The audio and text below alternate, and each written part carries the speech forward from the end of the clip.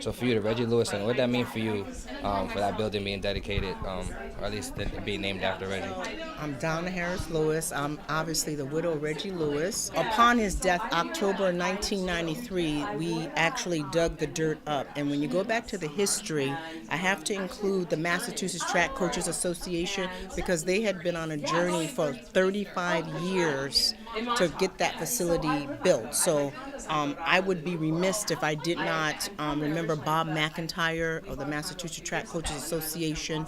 And so when Governor William Weld wanted to dedicate that as a lasting monument of Reggie's dedication to community service to the state of Massachusetts and the city of Boston, it's a great honor. And it's wonderful because we're able to service Roxbury Community College. We have President Valerie Roberson, who is doing a wonderful job making a lot of transformations there.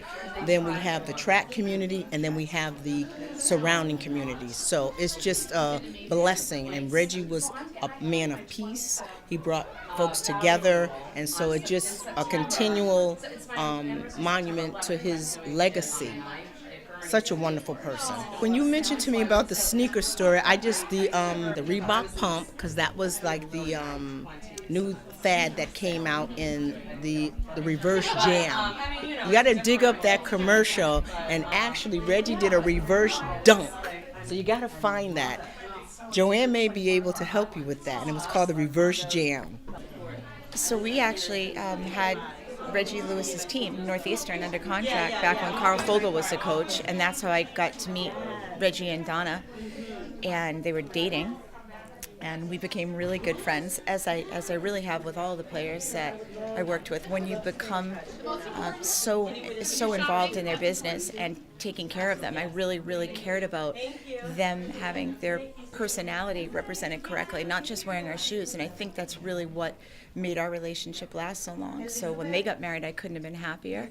Donna became Reggie's business manager, so I had to work very close with her to set up everything I did with Reggie. And it was this mutual respect out of the gate because we were two business women in a sports industry going back, I'm going to say it, 30 years ago, when it really wasn't common back then. And we respected each other, we cared about each other, and we were just working 20 hours a day. Nothing's changed. We still are. And when Reggie went to the Celtics, of course it was a natural fit, Reebok being in Massachusetts, that we would sign Reggie. And then we made him, he was really the first kid that went from college to pro and was right in our backyard in Boston.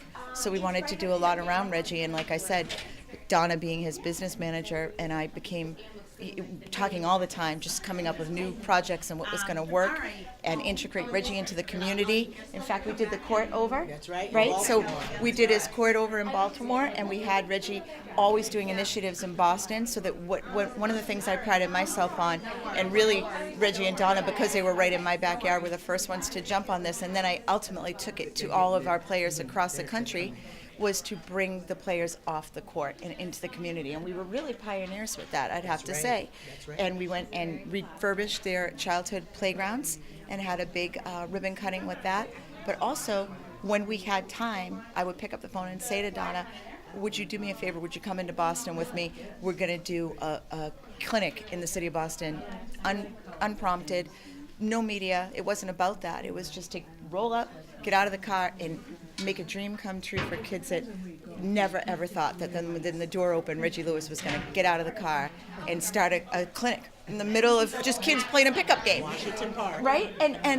And to be part of that and make those dreams come true. And even now, it's like I'll walk on the court, and Dominique Wilkins the other day, I was just going to my seat, and it was like, Joe! And people are like taking pictures, and how do you know him? And it's, I worked with him, and you just work. It's just a testament to, if you work hard and you conduct yourself with love and professionalism, that good things happen, and you sustain relationships with people that, honest to God, it's a dream come true for me.